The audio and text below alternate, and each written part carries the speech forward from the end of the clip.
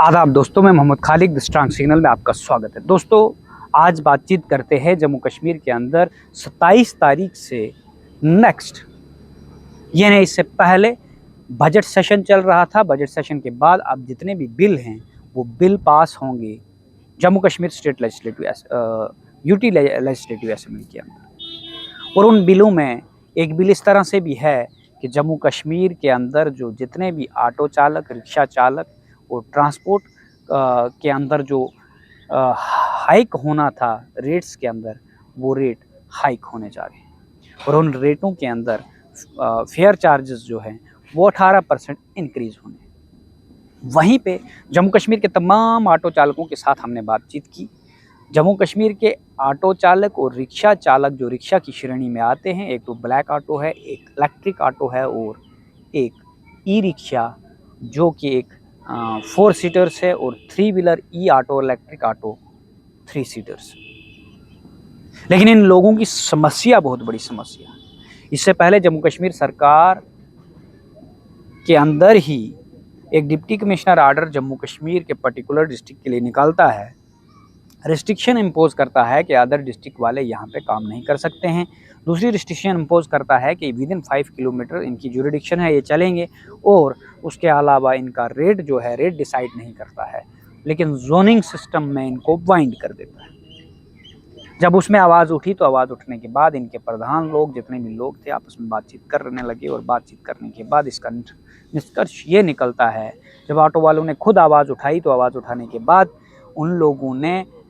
इन लोगों ने सारी चीज़ें ना तो उस ऑर्डर को रिवोक किया और ना ही ग्राउंड पे इम्प्लीमेंट किया, वैसे का वैसे दरा रखा।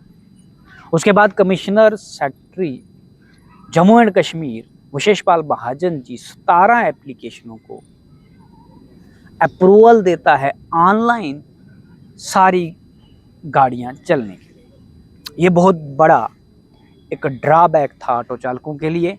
जम्मू कश्मीर के जितने ऑटो चालक, रिक्शा चालक थे, उनका रोजगार उस जोनिंग के तरीके से नहीं छीना, लेकिन दूसरे तरीके से छीन लिया गया। उसमें एक रैपिडो करके एक ऐप आई, जिस एप्लीकेशन के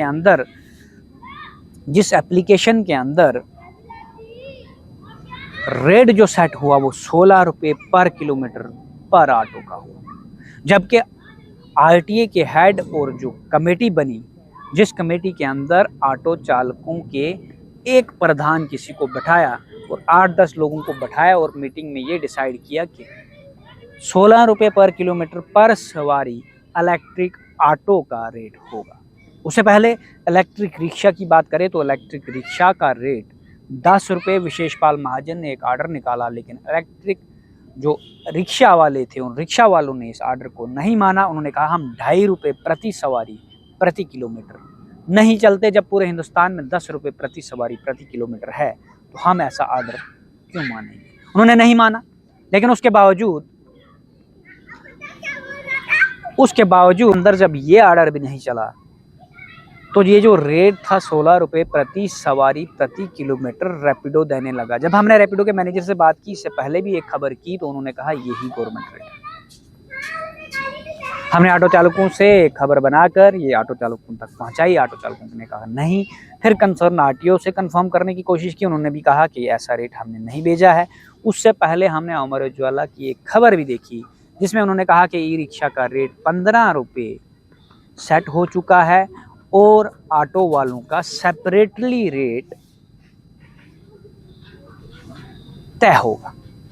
वहीं पे कैबिनेट ने एक मीटिंग ली। मीटिंग लेने के बाद ट्रांसपोर्ट एसोसिएशन, जो वेलफेयर की जो एसोसिएशन है, उनसे बातचीत की, लेकिन ऑटो वालों का क्लियरली कहना है हम किसी भी ट्रांसपोर्ट वेलफेयर एसोसिएशन से नहीं जुड़े हैं।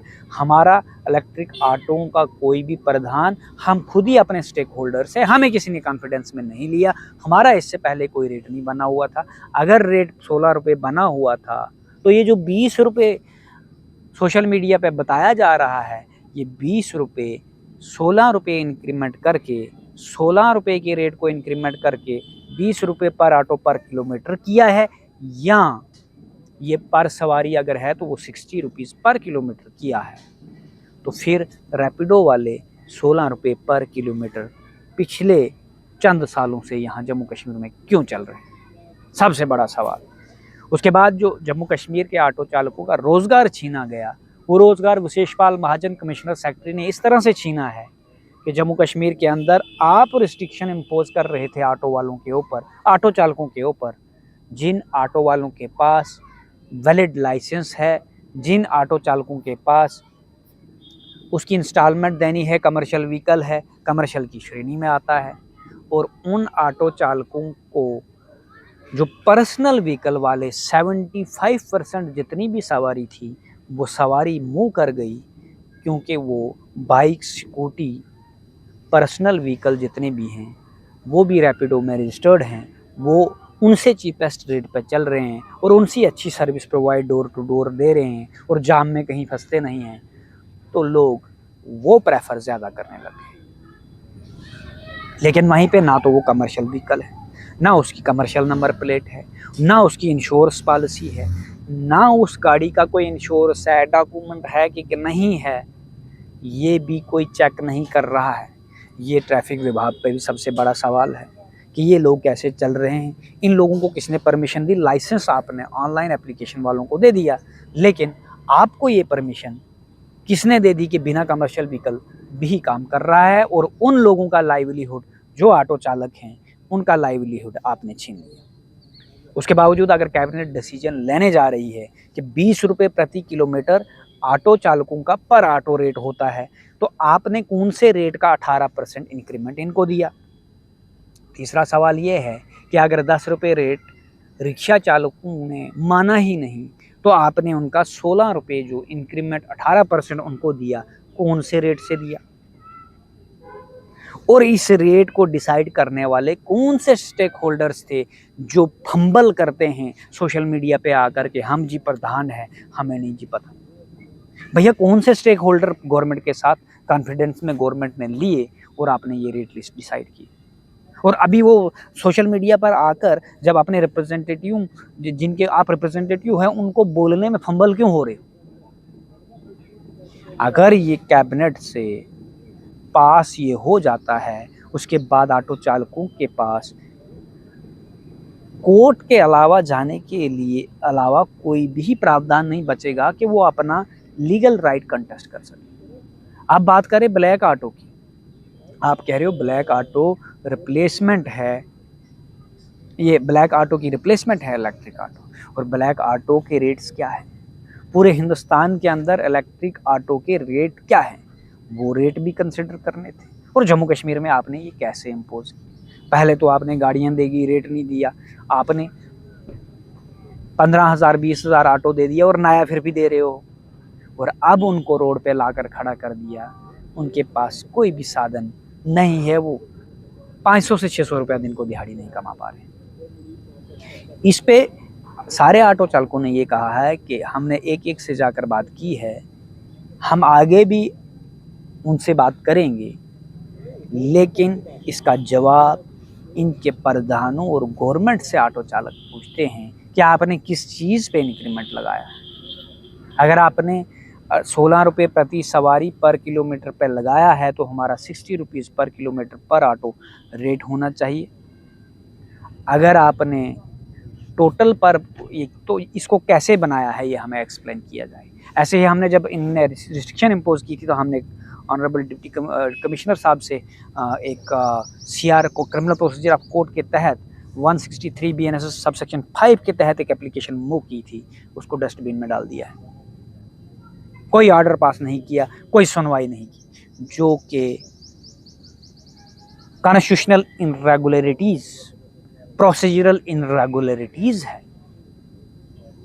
जो criminal procedure of court establish है, वहाँ पे सिर्फ मजिस्ट्रेट, जुडिशल मजिस्ट्रेट ही नहीं क्रिमिनल प्रोसीजर ऑफ कोर्ट के तहत कार्रवाई करता है, उसमें एग्जीक्यूटिव मजिस्ट्रेट यानी DM भी है, डिप्टी कमिश्नर भी है। एग्जीक्यूटिव मजिस्ट्रेट जो पहले FIR होने से पहले कार्रवाई करता है, वो भी है।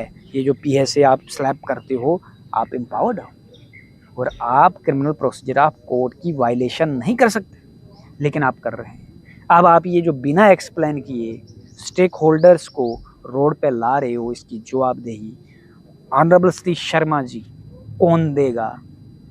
आप तो कहते हो कोर्ट इंसाफ ही नहीं देता, लेकिन अगर आप इंसाफ दे रहे हो तो आप ऑटो चालकों के साथ इस तरह का इंसाफ कर रहे हो। ये बहुत बड़े बड़े सवाल हैं। इन सवालों का जवाब लेने के लिए हम इंतज़ार में रहेंगे। आप देखते रहिए द स्ट्रांग सिग्नल। धन्यवाद।